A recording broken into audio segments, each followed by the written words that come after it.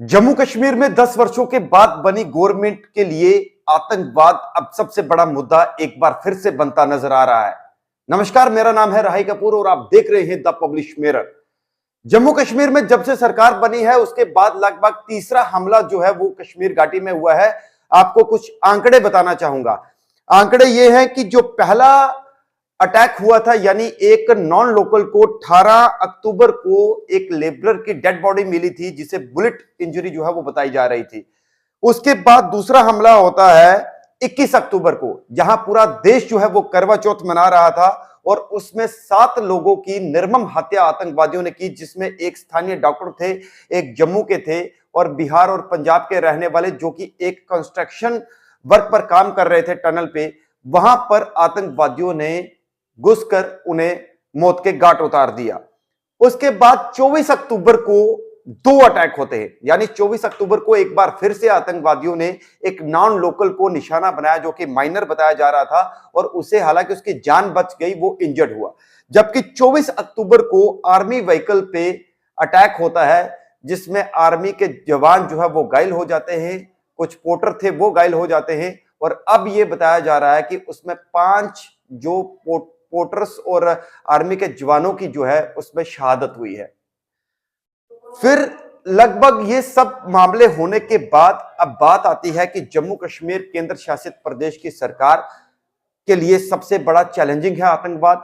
ये एक बड़ा सवाल है क्योंकि इससे पहले की अगर बात करें तो बीते 10 वर्षों के अंतराल में जम्मू डिवीजन के अंदर पिछले 2 से 3 साल के भीतर जो है कई आतंकी हमले हुए, आतंकवाद हुआ, लेकिन एकदम सरकार बनने के बाद बढ़ते आतंकवादी ये हमले कहीं ना कहीं चिंता का विषय है। हालांकि उमर अब्दुल्ला जो है वो दिल्ली पहुंचे हुए हैं। दिल्ली में वो प्रधानमंत्री नरेंद्र मोदी के साथ उन्होंने मुलाकात की, अमित शाह के साथ मुलाकात की, राजनाथ सिंह के साथ मुलाकात की और साथ में नितिन गडकरी के साथ उन्होंने मुलाकात की। अब बड़ा सवाल यह है कि क्या आतंकवाद को लेकर जम्मू कश्मीर केंद्र शासित प्रदेश जो सरकार है क्या कोई ठोस कदम उठाएगी। हालांकि सेंटर की तरफ से तो सीधा तौर पर यह कहा गया है कि आतंकवादियों को बख्शा नहीं जाएगा। क्या उमर अब्दुल्ला जो अपनी मुलाकात सेंटर के साथ कर रहे हैं, सेंट्रल लीडरशिप के साथ, क्या उसमें आतंकवाद का मुद्दा सबसे प्राथमिकता होगा?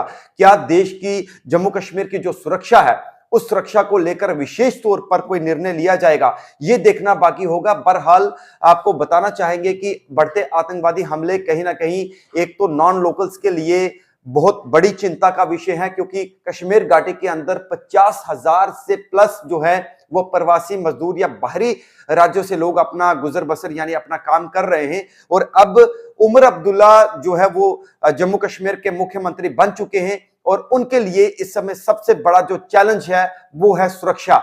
सुरक्षा क्या उन 50,000 लोगों को सुरक्षा जो है जम्मू कश्मीर केंद्र शासित प्रदेश सरकार जो है वो देगी, किस तरीके से देगी, ये एक विशेष तौर पर चर्चा का विषय बना हुआ है।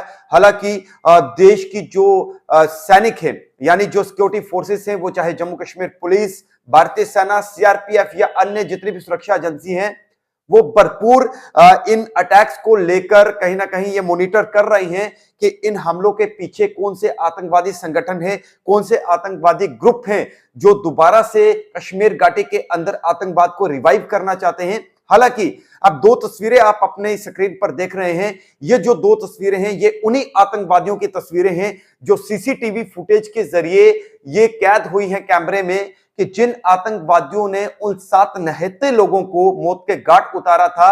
और उनकी जो तस्वीरें हैं आतंकवादियों की वो सामने आई हैं। उन आतंकवादियों की लगातार तलाश जारी है कि किस तरीके से मेस के अंदर वो घुसते हैं आतंकवादी और वहां पर हमला जो है वो कर देते हैं।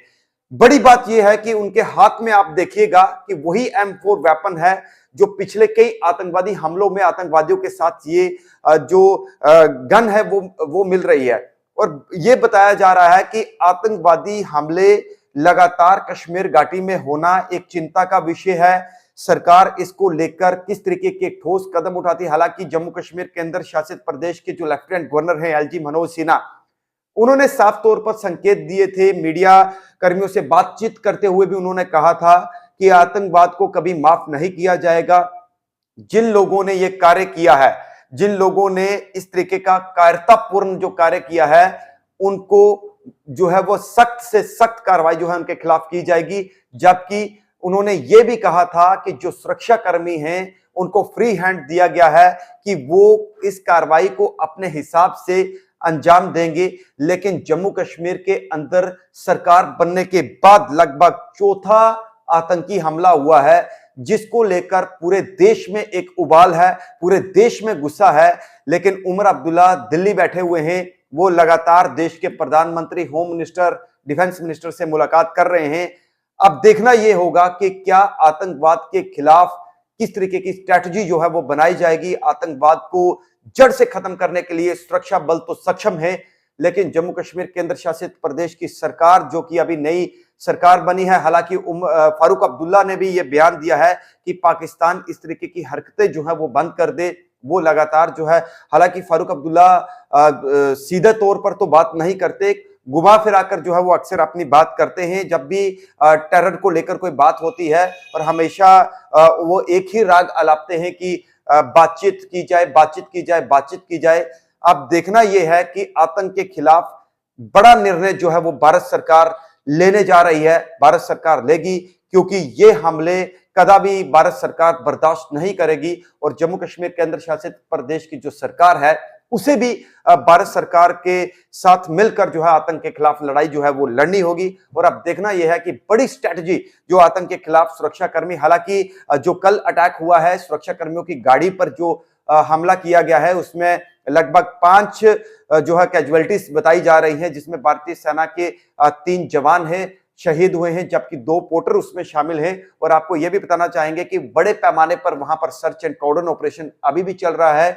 अब देखना यह है कि उन आतंकवादियों को तुरंत ढूंढकर जो है वो सुरक्षा बल मार गिराएं।